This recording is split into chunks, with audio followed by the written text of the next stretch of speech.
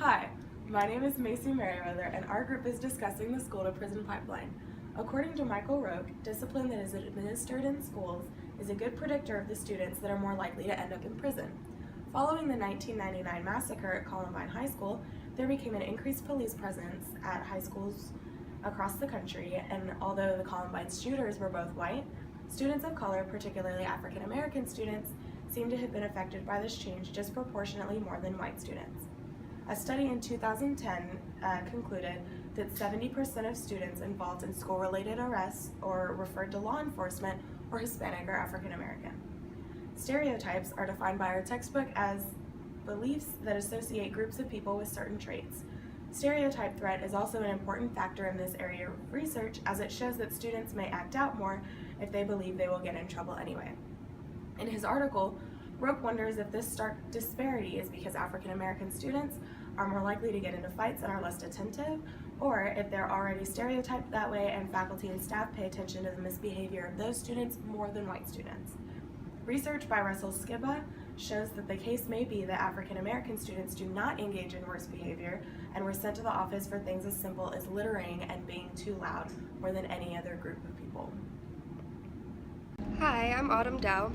According to the Justice Policy Institute, when analyzing the arrest rate of students while at school, there is a staggering number of 11.5 arrests for every 100 students. But what's even more important to note and even more shocking is that 8.5 of these 11.5 arrests are for charges of disorderly conduct. Another important thing to note is that these schools with officers had 5 times as many arrests for disorderly conduct as schools without them. In context, students act out when they're frustrated, as frustration is a blockage of or interference with a personal goal. These acts of frustration are always verbal altercations when labeled as disorderly conduct. With that being said, since these children act out as a result of frustration, they should not be sent to officers, but to counselors to help them find the root of their frustration and to help them overcome it. Doing so would actually help the child learn to deal with their frustrations instead of just throwing the child away to the criminal justice system when they get in trouble. Hello, my name is Ashton Preston, and I will be talking to you today about the funding between prison systems and the school system and how there is need for a capacity of change. There is a huge difference in funding between schools and the prison system. Currently, nationwide, teachers are protesting for better pay and funding for their schools.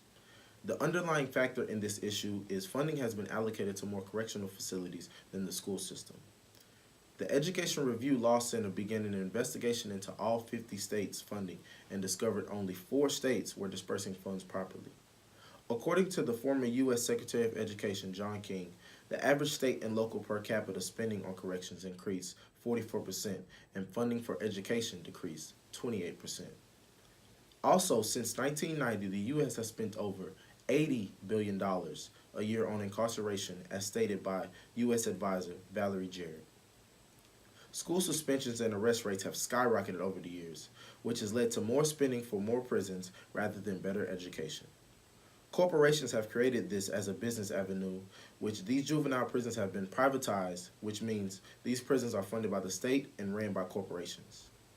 Mary Flannery writes in her article, School to Privatize Prisons, 50% of juvenile prisons are privately owned.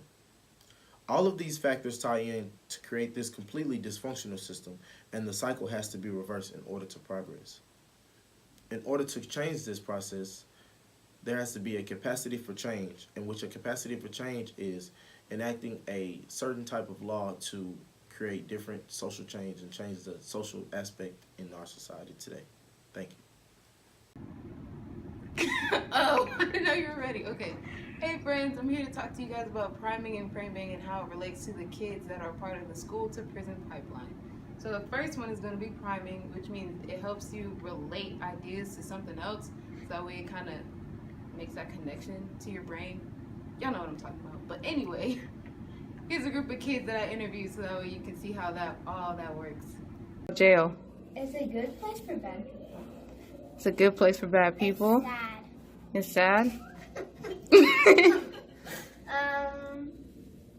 It's good for the bad people to be in there so they learn their lesson. Yeah. Do you think jail is scary? Yes. Yeah. Would you want to go to jail? No. Why not? I know she wouldn't last a day. Why not? So framing relates to how information is perceived to others. So now, though the girls in our video perceive jail as being a bad place, most kids don't find it that way. According to the justicepolicy.org, they said that kids find stuff like ISS, detention, kind of as an annoyance rather than a punishment. So stuff like crimes like robbery and burglary, they'll seem more like, oh, I just made somebody mad, rather than this is something bad, I probably shouldn't be doing that. Yeah, that's all I got. Bye guys, like and subscribe.